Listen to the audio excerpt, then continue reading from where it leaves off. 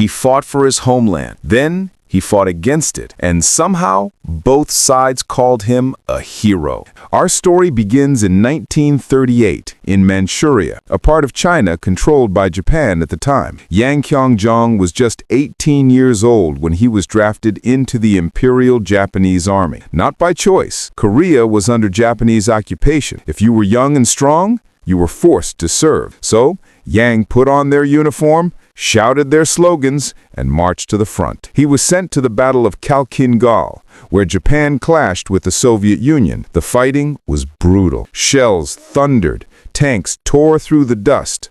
Men screamed and disappeared into the smoke. Yang had barely held a rifle before that battle. He wasn't fighting for Japan. He was fighting because he had no choice. And then his unit was overrun. He was captured by Soviet troops. And just like that, his allegiance changed. In the Soviet prison camp, Yang faced an impossible choice: stay a prisoner and likely die, or fight for the Red Army. For him, it wasn't about ideology, it was survival. So, once again, he switched uniforms. He was given a new gun, new orders, and no time to think. The Soviets sent him to the Eastern Front, the bloodiest battlefield in human history. Now, he was fighting against Germany. A man from Korea, forced to fight for Japan, now fighting for Russia. He didn't understand the language of the men beside him, but war doesn't wait for translators. He fought through snow, hunger, and chaos until fate caught him again. In 1943, Yang was captured by Nazi soldiers on the front lines, captured once again. But this time,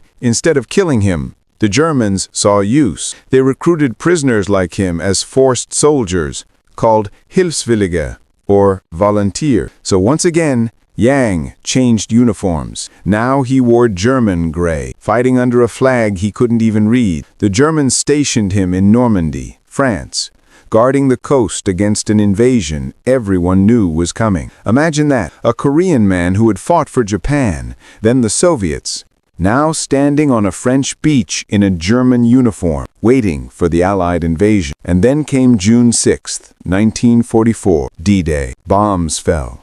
The sea roared with gunfire, the sky filled with planes. The Allies stormed the beaches, German defenses collapsed, and somewhere in that chaos, American soldiers captured an Asian man in a German uniform. They were stunned. They thought he was Japanese. He wasn't. He was Yang Kyoungjong, the man who had somehow fought for every side in the same war. Yang was sent to a prisoner of war camp in Britain. He had been captured 3 times, served in 3 armies, and somehow lived through all of it. When the war ended, he didn't go back to Korea. There was nothing left for him there. He eventually moved to the United States, settling quietly in Illinois. He never gave interviews. He never sought fame. He lived as an ordinary man until his death in 1992. No medals, no recognition, just peace after years of being a soldier for everyone but himself. Even today, people argue about his story. Some historians doubt the details. They say there isn't enough official proof.